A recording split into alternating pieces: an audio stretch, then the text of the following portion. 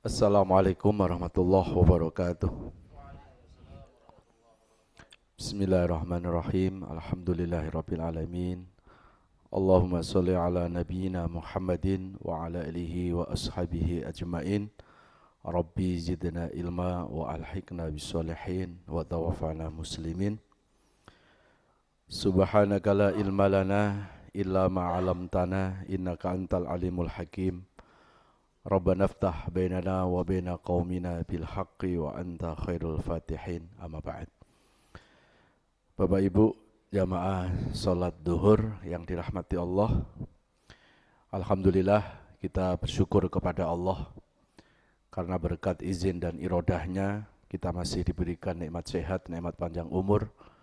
Mudah-mudahan nikmat sehat dan panjang umur ini bisa kita pergunakan untuk memperbaiki diri kita, memperbanyak ibadah, mendekatkan diri kepada Allah Subhanahu wa taala. Amin ya rabbal alamin. Salawat ma'assalam sama-sama kita sampaikan kepada panutan abadi kita Rasulullah Muhammad sallallahu alaihi wasallam. Mudah-mudahan kita semua termasuk umat yang mencintai Nabi dan semoga Nabi mencintai kita. Amin ya Allah ya rabbal alamin. Baik, kita akan melanjutkan kajian tadabbur Al-Qur'an kita, yaitu renungan-renungan di bawah naungan ayat-ayat suci Al-Qur'an. Kali ini kita mengangkat tema selalu ada hikmah di balik peristiwa. Bapak Ibu jamaah sekalian, ada penggalan ayat di dalam Al-Quran, tepatnya di surat Ali Imran, surat ketiga, ayat 191. Ya. Di pertengahan ayat sampai akhir ayat, Allah berfirman, Rabbana ma khalaqta hadza batila subhanaka faqina adzabannar. Yang artinya, ya Allah, tidak ada sesuatu yang Kau ciptakan itu sia-sia.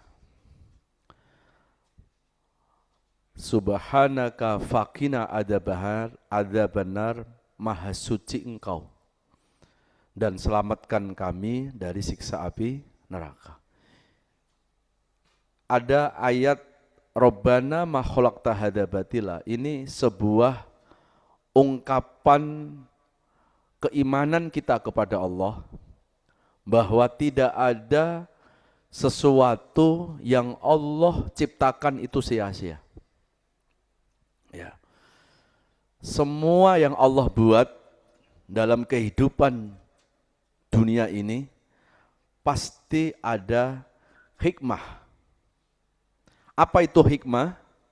Kalau kita buka dalam tafsirnya, al-hikmah allati fiha khairun katsira. Itu tafsir dari hikmah.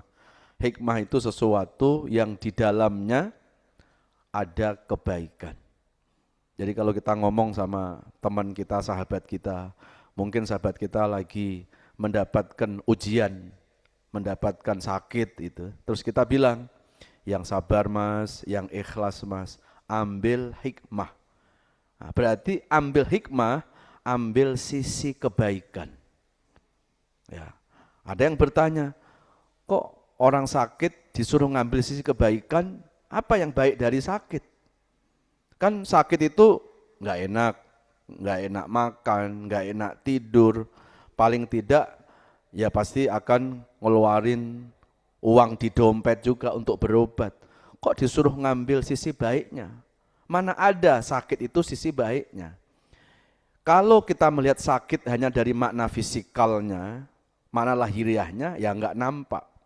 Tapi ketika kita melihat dari hikmah yang ada dalam sakit itu, pasti ada kebaikannya. Apa kebaikan sakit ini? Yang pertama, paling tidak dengan kita dikasih sakit, ini hikmahnya ini. Itu sebetulnya cara Allah untuk mendidik kita supaya kita menghargai kesehatan. Kapan tahu orang itu harga sehat mahal? Kapan orang tahu harga sehat mahal? Pasti di saat sakit itu. Berarti ketika Allah ngasih sakit kepada kita, itu sebetulnya cara Allah untuk mengedukasi, mendidik kepada kita supaya kita bisa menghargai nikmat sehat.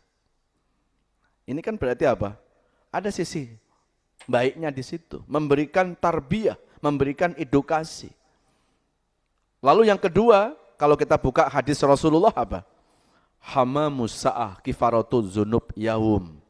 Sakit sesaat, kalau kita sikapi dengan sabar, dengan keikhlasan, sakit sesaat itu bisa mengampuni dosa dalam 1 hari. Nah, kata saatan dalam bahasa Arab, itu enggak harus 2 jam, 3 jam, sehari, 2 hari, enggak. Sedetik pun sesaat gitu. Itu kata sa'ah, saatan.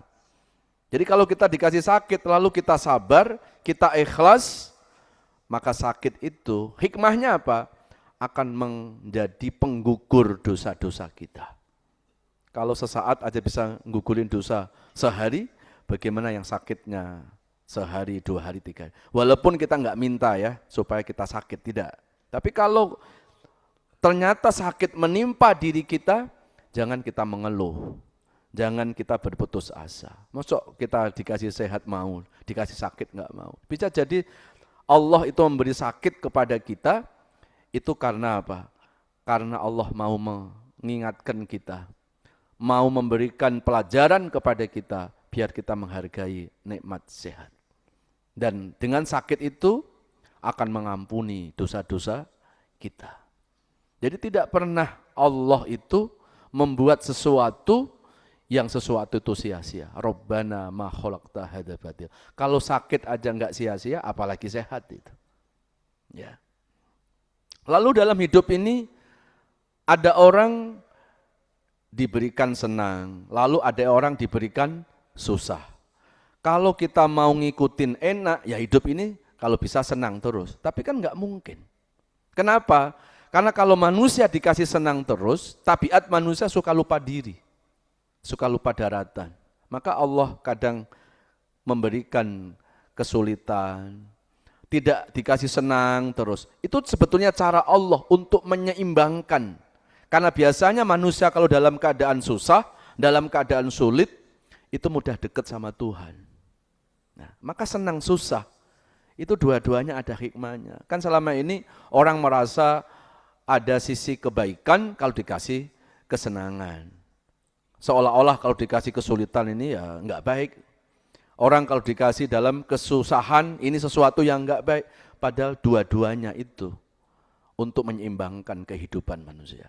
Makanya kalau kita buka di Al-Quran surat Al-Hajj, surat 22 ayat 11 itu, kan Allah jelaskan itu. Wa minan nasi may ya'budullaha ala harf. Ada sebagian manusia itu yang ibadah kepada Tuhan setengah-setengah, Pak. Siapa mereka itu? Yaitu orang-orang ketika dikasih kenikmatan, dia baru puji-puji Allah. Dia semangat ibadahnya kalau dapat kenikmatan. Tapi begitu dikasih kesulitan, Allah dibelakangi. Allah dicampakkan. Dia bilang apa? Ah, percuma saya sholat, percuma saya ibadah. Kenapa aku ibadah malah hidupku susah? Enggak.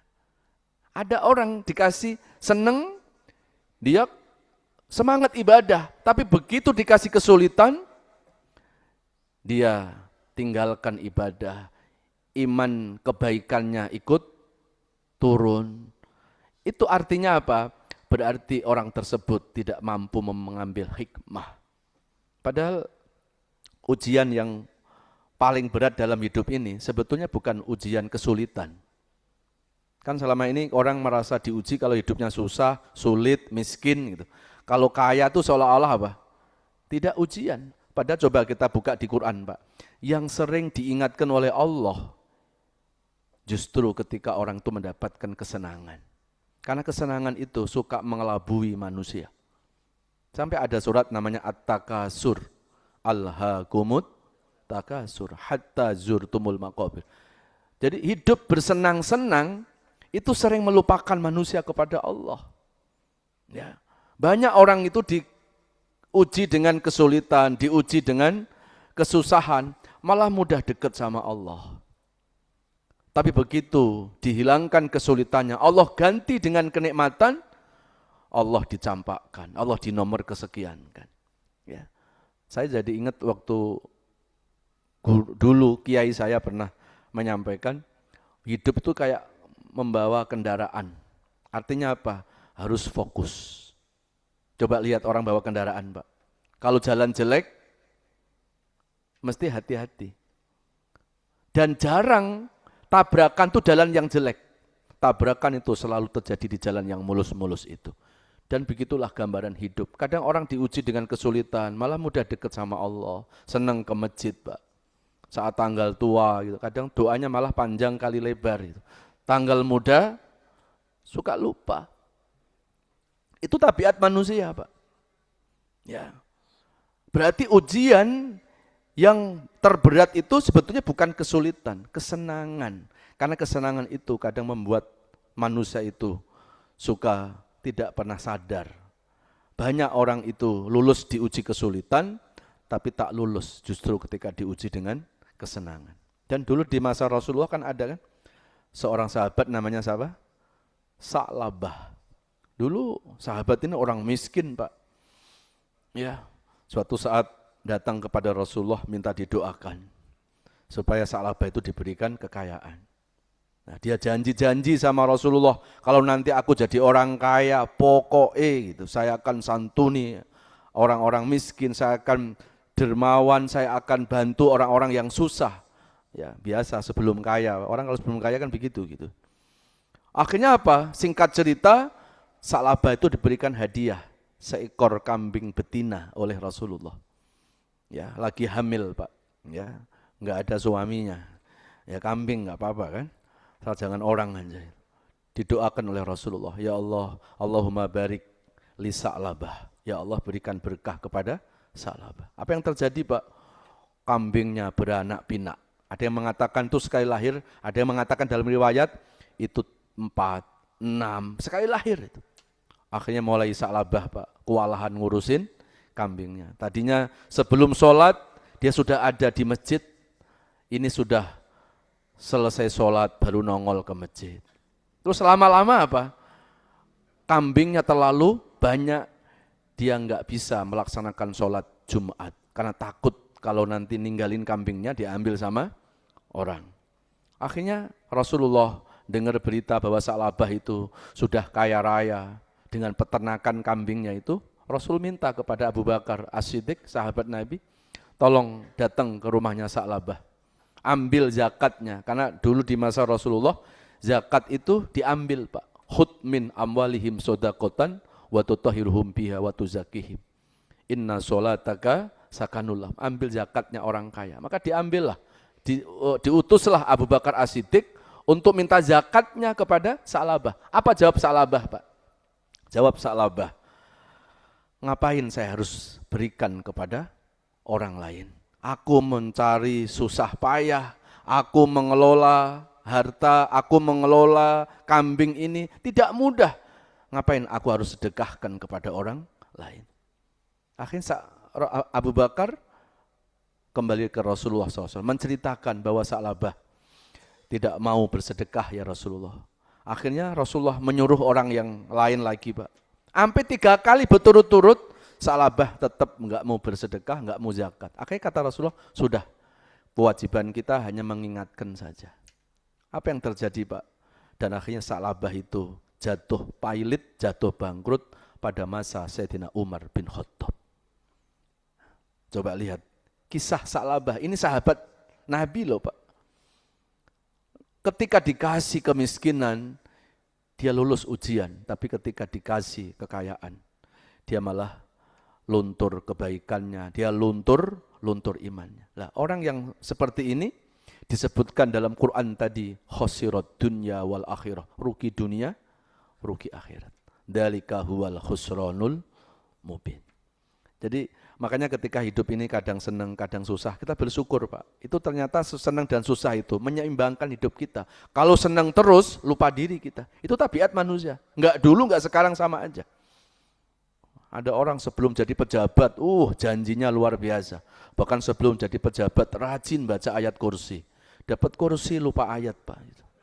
Ya, jadi ayatnya lupa sudah itu. Ya, itu tabiat manusia.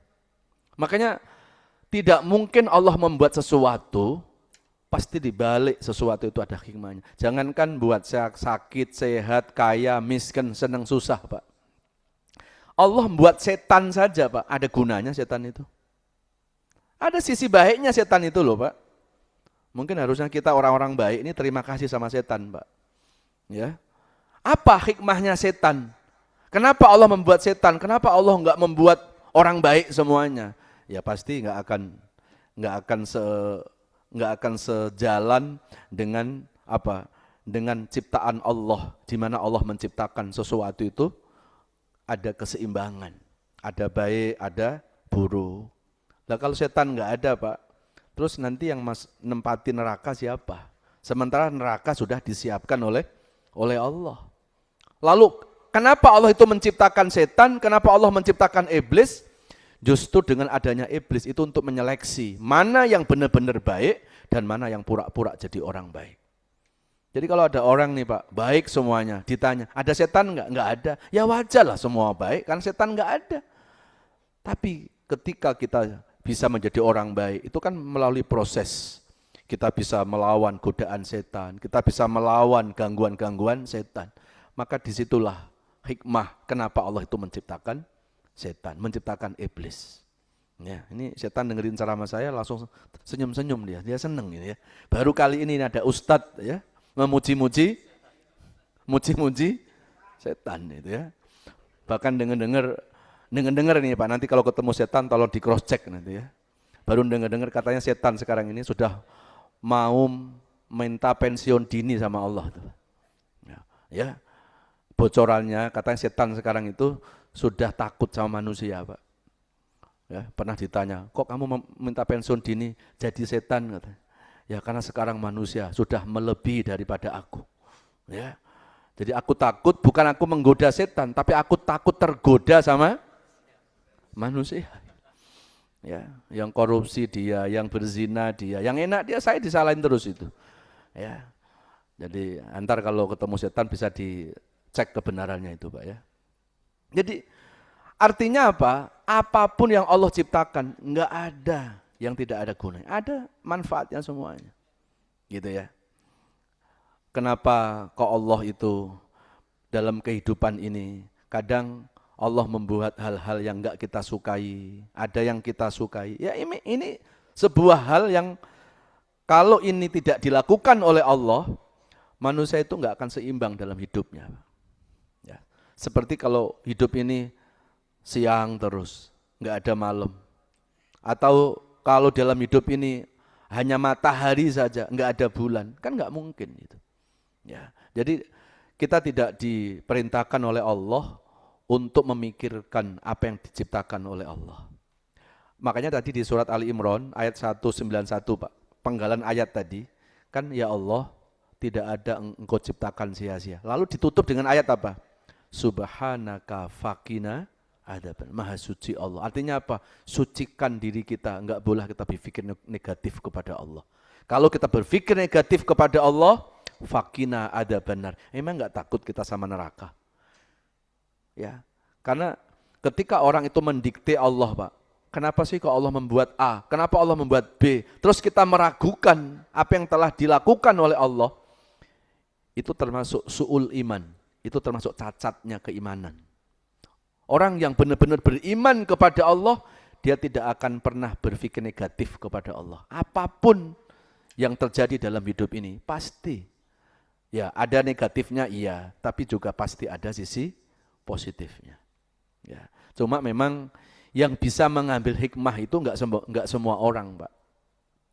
Ya, makanya di Quran kalau kita Bapak Ibu buka dalam surat Al-Baqarah surat kedua 269 Allah berfirman, yu'til hikmata may yasha wa may yu'tal hikmata faqad utiya khairan katsira wa ma yadzakkaru ila ulul albab. Jadi ternyata memang enggak semua orang bisa mengambil hikmah, Pak. Ya, sampai Allah katakan tadi, yu'til hikmata may yasha. Allah itu memberikan hikmah, memberikan kebaikan-kebaikan dari salah satu peristiwa itu may yasha, kepada orang yang dipilih. Berarti orang pilihan yang bisa mengambil hikmah itu. Enggak semua orang bisa mengambil hikmah dari semua peristiwa. Karena orang yang bisa mengambil hikmah itu mayyasha, orang-orang yang super, orang-orang yang hanya dikehendaki oleh Allah. Ayat lanjutannya apa tadi? Wa may yu'tal hikmata faqad utiya khairan katsira. Dan barang siapa yang bisa mendapatkan hikmah dari semua peristiwa-peristiwa itu, faqad utiya khairan katsira. Orang itu akan mendapatkan khairan katsira, kebaikan yang amat banyak. Masih ingat Bapak Ibu waktu COVID lagi tinggi-tingginya itu Pak? Ya. Ngumpul kayak gini kita berani nggak kira-kira? Kitanya berani tapi dibubarin pasti Pak. Ya. Salaman tangan berani nggak itu? Salaman tangan aja, ya. Coba. Waktu terjadi COVID Pak, kita belum bisa mengambil hikmah. Apa sih hikmahnya COVID? Apa sisi baiknya COVID? Jelas-jelas banyak yang meninggal, banyak yang di PHK gitu kan. Orang terhalang nggak bisa silaturahim gitu. Masuk suruh ngambil hikmah, dari mana kita ambil hikmah? Kebaikan dari COVID itu setelah melewati Pak. Hikmah kadang-kadang itu selalu hadir di belakangan. Ya, baru sekarang ini kita bisa ngerasa, ya Allah betapa mahalnya harga silaturahim. Kan saat itu kita ngerasa mau ke kampung aja takut, mau kemana-mana takut. Ya, kita baru sadar betapa pentingnya bertemu sama sahabat, bertemu sama saudara saat COVID. Ya, setelah selesai COVID, kita mulai sadar apa Pak yang kita bisa ambil hikmah dari COVID. Paling tidak dengan COVID itu cara Allah untuk mendemonstrasikan kemahabesarannya. Supaya manusia enggak besar kepala. Saya enggak mau masuk apakah COVID itu konspirasi atau enggak. Yang jelas virusnya ada Pak. Gitu ya. Kita sekarang baru sadar kan. Ya. Saat Allah turunkan COVID, coba Pak. Dunia dibuat tidak berdaya. Bukan cuma Indonesia kan Pak. Dan banyak orang pinter pada saat itu menjadi bodoh di depan COVID semuanya. Siapa yang bisa menemukan obatnya COVID sampai sekarang? Nah, hikmah yang bisa kita ambil apa? Akhirnya kita sadar, ya Allah, Engkaulah yang maha besar. Aku ini kecil ya Allah. Aku ini lemah ya Allah. Hanya Engkau turunkan wabah COVID yang enggak nampak oleh mata, dunia tidak berdaya. Ya, nah maka kalau kita mengambil hikmahnya, justru harusnya sekarang ini Pak, kita enggak menjadi orang yang besar kepala. Berarti kalau kita sekarang tetap masih besar kepala, artinya kita enggak bisa mengambil hikmah ya dari peristiwa COVID pada saat itu. Dan dengan adanya COVID, paling tidak Pak, ada pendidikan COVID yang kita bawa sampai sekarang. Apa itu Pak? Selalu menjaga kebersihan. Dulu sebelum ada COVID Pak, setiap tempat umum ada tulisan an-nadhofatu minal iman, kebersihan pangkal dari iman. Tetap aja yang beriman pada jorok-jorok gitu. Tapi begitu ada COVID Pak, nggak perlu ada tulisan itu. Semua orang sadar dengan kebersihan. Harusnya kita terima kasih Pak sama COVID Pak. Fit, makasih ya Fit gitu ya. Tapi jangan datang lagi ya. Gitu. Ya, sampai sekarang coba Pak, kayak 2 tahun tuh kayak udah terbiasa kita makan, paling enggak kita cuci. Kadang pakai air pun kita enggak ngerasa mantep kan, cari sanitizer, cari sabun. Itu kan hikmah dari COVID itu. Masjid-masjid sekarang Pak, baunya wangi-wangi loh Pak setelah COVID itu Pak. Dulu sebelum COVID gimana Pak? Ya, itu bau di belakang Pak, kecium sampai tempat imam Pak. Tapi sekarang ini, ya, semuanya bersih. Ini kan hikmah itu. Cuma apakah semua orang bisa mengambil hikmah? Ya enggak semua orang, karena Allah sendiri yang mengatakan, wa may yu'tal hikmata may yasha. Yang bisa mengambil hikmah itu hanya orang-orang pilihan. Ya, makanya kalau dengan COVID kok kita masih besar kepala, kita masih sombong juga. Pertanyaannya, harus dengan cara apa Allah menyadarkan manusia? Ya, jadi tidak pernah Allah itu membuat sesuatu itu sia-sia. Pasti ada hikmahnya. Coba, kalau ada orang sampai mendikte Allah, Kenapa sih Allah membuat ini? Kenapa sih Allah kok membuat itu? Itu diragukan, Pak, keimanan kita kepada Allah. Padahal faktanya, coba yang dibuat oleh Allah bisa nggak kita ikut membuatnya, Pak? Coba. Ini di sini ada arsitek yang paling ulung, ada seorang kontraktor yang paling hebat, bisa nggak membuat sebuah bangunan tanpa tiang? Membuat bangunan tanpa tiang bisa nggak, Pak? Pasti sebelum bangunan itu dibuat, pondasi dulu dibuat, tiangnya didiriin dulu, baru bangunan. Sampai sekarang Allah membuat langit tanpa tiang nggak pernah roboh, Pak. Terus kita mencurigai, kita masih mendikte, kenapa Allah membuat A, kenapa Allah membuat B. Sudahlah, tidak mungkin Allah membuat sesuatu itu, kecuali sesuatu sudah diperhitungkan oleh Allah. Ya. Nah, kita manusia ini hanya apa ya? Hanya bisa menjalani apa yang telah dibuat oleh Allah itu. Dan sambil kita menunggu apa sih hikmah di balik kejadian-kejadian itu. Pasti ada hikmahnya. Ya. Dalam Al-Qur'an lagi Allah juga mengingatkan kita, Pak, supaya dalam hidup ini kita tidak mendikte Allah, ya. Sampai diturunkannya surat Al-Baqarah ayat yang ke-26. Innallaha la yastahyi ayyadliba mathalam ma ba'udutang fama fauqah. Asbabun nuzul ayat ini, Pak, banyak orang-orang kafir di Mekah itu datang kepada Nabi. Lalu mereka sengaja meledek Nabi. Ya Muhammad, Tuhanmu itu yang membuat semut, membuat lalat, membuat nyamuk dan sejenisnya itu. Kata Nabi, iya. Allah tidak hanya menciptakan bumi, tidak menciptakan langit saja, tidak hanya menciptakan manusia, tapi Allah juga yang menciptakan lalat, nyamuk, semut, serangga, dan sejenisnya. Apa kata orang kafir Mekah pada saat itu? Mengolok Rasulullah. Ngapain wahai Muhammad? Kalau Tuhanmu tuh hebat, harusnya nggak perlu tuh ciptain nyamuk, ciptain lalat. Nggak penting itu. Ya, nggak penting. Langsung Allah turunkan ayat itu. Innallaha la yastahi. Allah tidak malu membuat sejenis lalat, sejenis serangga dan turunannya. Fa ammal ladina amanu faya'lamuna annahul haq mir rabbihim. Kalau orang-orang beriman, dia pasti akan mengatakan al-haqqu mir rabbihim, yang datang dari Allah pasti ada kebaikan. Ya, tapi wa ammal ladina kafaru fayaquluna madza aradallahu bihadza masalah. Tapi kalau orang itu enggak beriman kepada Allah, dia pasti akan bertanya, ngapain Allah ciptakan nyamuk, nyiptain serangga dan sejenisnya. Terbukti enggak sekarang, Pak, dengan adanya nyamuk? Apa yang terjadi? Berdirilah PT, perusahaan obat nyamuk. Dari perusahaan itu, mungkin Pak di Indonesia ada jutaan orang yang mendapat gaji gara-gara nyamuk. Ya. Terus ada artis yang mengiklankan obat nyamuk, dapat duit dari, nah, dia harusnya terima kasih itu sama nyamuk, makasih nyamuk, kamu kasih jalan rezeki. Loh, tapi kan nyamuk juga akhirnya membuat penyakit demam berdarah. Muncullah yang namanya rumah sakit. Ada dokter spesialis penyakit dalam yang kadang itu ngurusi urusan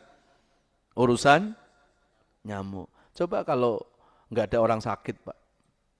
Rumah sakit ada nggak? Dokter gimana tuh, Pak? Jadi semuanya itu sudah Allah atur gitu. Kita nggak usah masuk wilayah-wilayahnya Allah. Ya, apalagi sampai masuk wilayah zatnya Allah. Allah sekarang lagi ngapain ya? Aduh, udah nggak kesanggup itu. Coba, Pak, ini yang ada di badan kita saja. Ini kan nampak oleh mata kita. Semua kita tahu nggak, Pak? Coba, semua kita tahu nggak? Ada yang nggak tahu. Coba lihat, di atas matanya ada rambut apa ini? Rambut apa? Dari kecil ada kan ini, Pak? Sekarang saya mau tanya, jumlahnya rambut alis Bapak ada berapa? Tolong dihitung sekarang, saya kasih waktu 4 jam dari sekarang. Melihat yang kayak begini saja, kita nggak tahu loh, Pak. Apalagi kita memasuki wilayah-wilayah Allah, rahasia-rahasia Allah. Kita ini sangat lemah, ilmu kita sangat terbatas, nggak akan sanggup. Ya, rambut alis, kenapa kok segini-segini aja, sementara rambut di atas kepala bisa panjang, Pak? Coba, pernah berpikir gitu nggak? Coba kalau rambut alis ikut panjang, gimana kira-kira, Pak? Kira-kira pas dipanggil orang tuh lupa nyukur itu. Ini semuanya adalah bukti bahwa Allah menciptakan sesuatu itu, nggak ada yang sia. Sudah Allah atur semuanya. Hidung kok madep ke bawah. Bisa bayangin nggak hidung tuh madep ke atas itu? Kalau hujan gimana itu? Ya, gigi ya segini-segini aja, enggak? Allah, itulah kemahakuasaan Allah, kemahabesaran Allah. Manusia, Pak, terbatas ilmunya, terbatas kemampuannya. Wa ma utitum minal ilmi illa qalila. Tidaklah Allah berikan ilmu kepada manusia, terbatas ilmu kita. Ya, ada orang, Pak, merasa hebat, profesor, Pak. Dia hebat karena ilmunya. Kalau Allah ngilangin ya, ilmunya cukup kasih truk selesai semuanya. Enggak ada ilmu yang ada di pikirannya itu. Begitulah lemahnya dan terbatasnya kekuatan manusia. Makanya kenapa setiap sholat kita disuruh baca Allahu Akbar. Bahkan bacaan yang paling banyak di saat sholat bacaan apa, Pak? Bacaan takbir. Sujud, gerakan yang paling banyak di saat sholat apa? Sujud. Bacaan yang paling banyak adalah takbir, gerakan yang paling banyak adalah sujud. Apa korelasi takbir dengan sujud, Pak? Takbir dengan membaca Allahu Akbar, artinya apa? Allah yang maha besar, kita ini kecil. Itu pesan moralnya. Makanya sangat tidak pas kalau ada orang sudah sholat, kok masih sombong gitu. Berarti dia nggak paham tuh ucapan Allahu Akbar. Kalau dia paham artinya Allahu Akbar itu Allah yang maha besar, harusnya dia nggak membesarkan kepala. Makanya orang yang sholat harusnya nggak sombong, Pak. Karena setiap sholat, dia selalu membaca Allahu Akbar, Allah yang maha besar. Jadi sangat tidak tepat kalau ada orang sudah sholat baca Allahu Akbar, tapi di luar sholat masih membesarkan jabatannya, masih membesarkan hartanya, masih membesarkan pekerjaannya. Berarti orang itu nggak paham ucapan Allahu Akbar itu. Lalu sujud direfleksikan dengan apa? Menempatkan kepala yang tadinya di atas, Pak. Saat sujud kita taruh di tempat yang paling bawah. Bahkan di saat sujud, kepala itu lebih rendah daripada pantat kita. Artinya apa? Begitulah manusia di hadapan Allah. Jangan besar kepala. Tundukkan ya kepala kita di lantai. Artinya apa? Kita ini sangat kecil di hadapan Allah Subhanahu wa taala. Ya. Jadi tidak ada yang Allah buat itu sia-sia. Ya. Wa ammal ladina kafaru fayaquluna madza aradallahu bihadza masalah yudillu bihi katsira wa yahdi bihi katsira wa ma yudillu bihi illal fasik. Dan dari nyamuk, dari lalat itu banyak orang mendapatkan kebaikan, tapi dari nyamuk, dari lalat justru orang itu akan kekal selama-lamanya di dalam neraka. Kenapa? Karena orang-orang yang tidak bisa menerima apa yang telah diciptakan oleh Allah, itu sesungguhnya orang-orang yang ingkar kepada Allah. Ingkar kepada Allah berarti ingkar kepada kebenaran, dan ingkar kepada kebenaran pasti akan membawa penderitaan. Maka apapun Allah berikan kepada kita, kita terima dengan keikhlasan, kita terima dengan kesabaran. Hikmahnya seperti apa? Kita nunggu proses, Pak. Pasti ada sisi-sisi baiknya itu. Ya, mudah-mudahan kita diberikan kemampuan oleh Allah untuk bisa menjadi orang yang selalu melihat Allah itu dengan positive thinking, tidak dengan negative thinking. Kita melihat Allah dengan husnudon, tidak dengan suudon. Ya, mudah-mudahan prasangka-prasangka baik kita itu yang Allah nanti akan berikan kebaikan juga kepada kita. Karena Allah itu tergantung prasangka kita. Ana ingda doni abdibi, aku tergantung prasangka hambaku. Kalau hambaku berprasangka jelek, ya yang terjadi adalah sesuatu yang jelek. Tapi kalau hambaku berprasangka baik, maka yang baik pun akan terjadi kepada diri hamba itu. Nah, saya kira itu yang bisa disampaikan. Mudah-mudahan apa yang saya sampaikan ada manfaatnya. Mari kita tutup dengan doa. Mudah-mudahan doa-doa kita diijabah oleh Allah Subhanahu wa taala. A'udzubillahi minasyaitonirrajim. Bismillahirrahmanirrahim. Alhamdulillahirabbil alamin. Allahumma shalli ala Muhammad wa ala alihi wa sahbihi wa barik wa sallim ajmain. Ya Allah ya Rahman, ya Allah ya Rahim, ya Mujibas Sa'ilin. Ya Allah, berikan keikhlasan dan kesabaran dalam menjalani sisa-sisa hidup ini ya Allah. Jadikan sisa-sisa hidup kami ini menjadi hidup yang jauh lebih baik, hidup yang lebih berkah, hidup yang penuh ibadah, hidup yang selalu mampu memperbaiki diri. Ya Allah, dari mulai hari ini sampai Engkau mencabut nyawa kami, tetapkan iman dan Islam kami ya Allah, sehingga hanya nama-Mu yang kami sebut ketika kami menghembuskan nafas terakhir kali. Ya Allah, bila hidup ke depan kami ini masih membawa kebaikan-kebaikan, mohon ya Allah, berikan keberkahan dalam hidup kami. Sehatkan jasmani rohani kami. Angkat seluruh penyakit-penyakit kami, baik penyakit fisik maupun penyakit hati yang kadang susah diobati. Wassallallahu ala nabiyyina Muhammadin wa ala alihi wa sahbihi wasallam. Walhamdulillahi rabbil alamin. Subhanakallahumma wa bihamdika asyhadu an la ilaha illa anta astaghfiruka wa atubu ilaik. Mohon maaf lahir batin. Wassalamualaikum warahmatullahi wabarakatuh.